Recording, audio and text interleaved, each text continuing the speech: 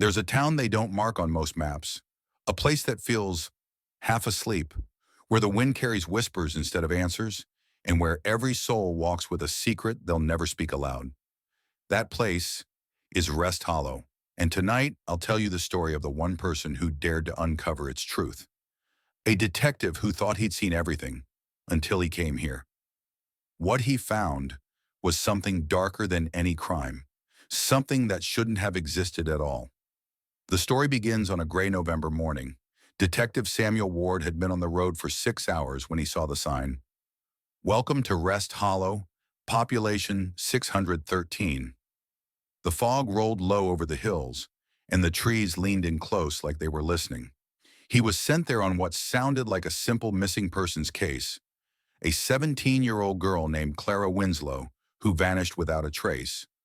But the first thing Samuel noticed wasn't the silence of the town. It was the way everyone looked away when he mentioned her name.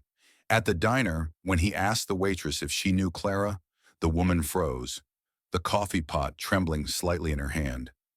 "Best let the past lie where it belongs," she muttered. And then she walked away. Samuel had seen fear before, but never like this. This wasn't fear of a person.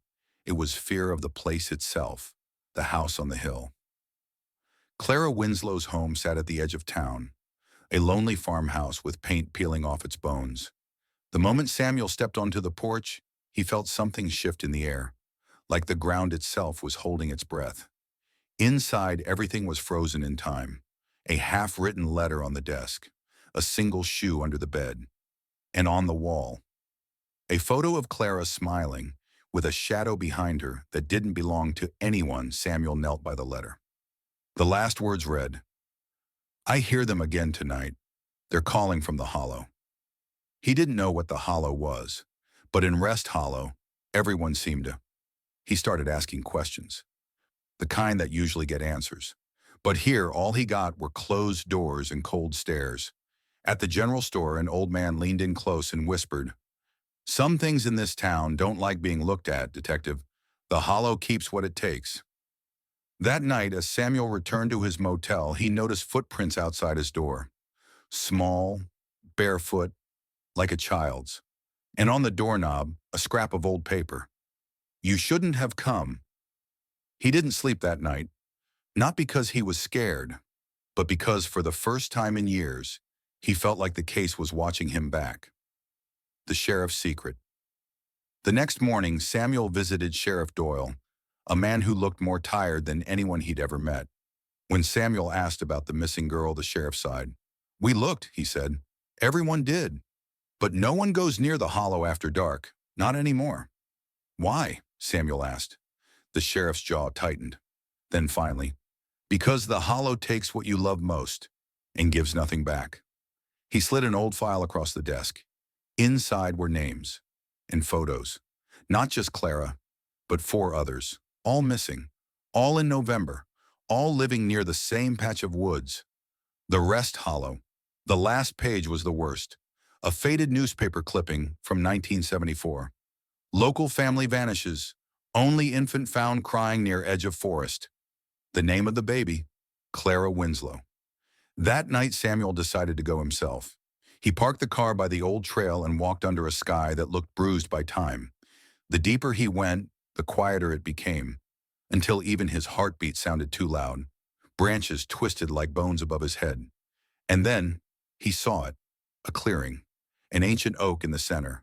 And beneath it, something impossible. Dozens of old wooden crosses, some broken, some fresh, all facing the same direction, toward a black pit in the earth. Samuel stepped closer. The ground seemed to hum, a low vibration that moved through his body like static. He pulled out his flashlight and saw her, Clara, standing barefoot at the edge of the pit, eyes open, staring at nothing. "Clara," Samuel whispered. She didn't turn, but she spoke, her voice flat, like she was repeating something she'd been taught. "They said they would stop if I came back." Samuel took a step forward. "Who said that?" "The hollow," she said. "They said it needs balance. They took my parents to keep the town alive. Now they want me." And then he heard it, a low, shifting murmur from the pit below, like thousands of voices speaking at once, whispering his name. Samuel! He stumbled back, light flickering, heart pounding so hard he could barely breathe. He grabbed Clara's arm, but her skin was ice cold. "We have to go," he said, but she only shook her head. "They won't let us leave." Something pulled at his mind. An unseen gravity. The air felt thicker, the shadows heavier, and suddenly the ground beneath them cracked open. Samuel and Clara fell, tumbling into darkness. When he opened his eyes, he was underground.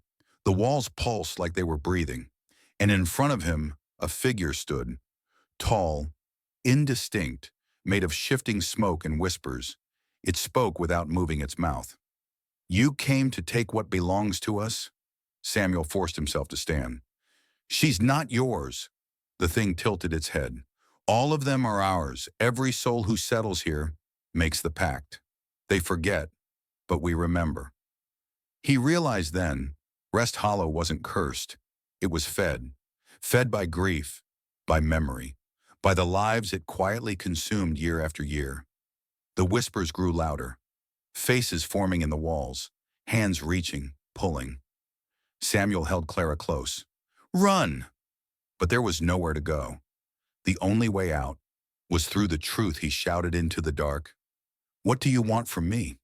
The voice answered, "Your sorrow, your guilt, the part of you that still remembers the child you lost." And suddenly, it all came rushing back years ago. Samuel had a daughter who drowned while he was working a case. He had buried the memory so deep he'd convinced himself he'd let it go. But the hollow hadn't forgotten. The voice whispered, "Give her to us, and you may both leave." He fell to his knees. Tears burned down his face. Clara looked at him, not afraid but pleading. "Don't," she said softly. "That's not your pain to feed them." Samuel took a breath, and for the first time in years, he forgave himself. The walls shuddered. The ground screamed. And in that moment, the hollow lost its hold. He woke at sunrise, lying beside the tree in the clearing. The pit was gone, just earth. And beside him, Clara, breathing, alive. They walked back toward town as the morning light touched the rooftops. For the first time, the fog was gone. The people looked different, like something heavy had been lifted. The sheriff met them halfway. He looked at Clara, eyes wide, and when he turned to Samuel, he only said, "Thank you, you broke it." Then Samuel saw it, carved into the walls, symbols, initials, names, generations of townspeople all tied to the same promise. Every 13 years, a child from Rest Hollow was chosen, given to the Hollow to keep the others safe. And Clara, she was next in line, the last descendant of the Winslow family, the ones who'd made the original pact to save the town from famine and fire. But now, the Hollow wanted payment in full. The figure moved closer. "Every secret has a cost, detective. You brought your own with you." Suddenly his head throbbed. Images flashed. A little girl laughing by a lake, her tiny hand slipping from his. The scream, the silence. His daughter. The one he'd lost years ago.